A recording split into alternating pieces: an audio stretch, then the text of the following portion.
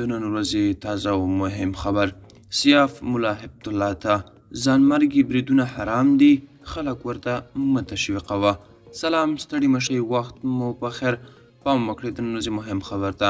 ګرانو کتونکو پوره حل سره ویډیو کې وګورئ او که چیرې مو زموږ یوټیوب چینل نوي سبسکرایب کړئ نو په سره افغان نیوز یوټیوب چینل سبسکرایب کړئ.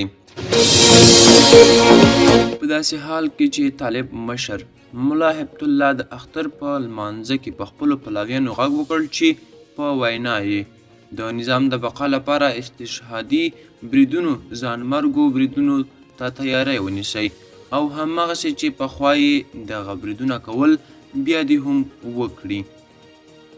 خو پخوانی جهادي قماندان عبدالرب الرسول سیاف د شعر په ژبه د طالب مشر دغه دریځ ننګولی او لیکلی دي. د طالب مشر کړنې د شریعت تر نامه لاندې ناروا دي. نوموړي ملا هبت الله ته په اشارې زیاته کړې د شریعت تر نامه لاندې ناروا مه کوه، انتحاري مه هڅوه، دغه خطاب خطا مه کوه، دغه د خدای او د رسول د دین خلاف عمل دی، رب دې تباه که، له اسلام سره جفا مه کوه.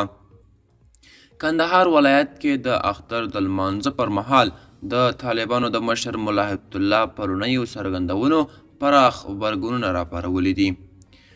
د افغان وایس ګرانو کتونکو دا و د نن ورځې چمتو کلی خبر. تر بیا ښې چرې ښه وخت.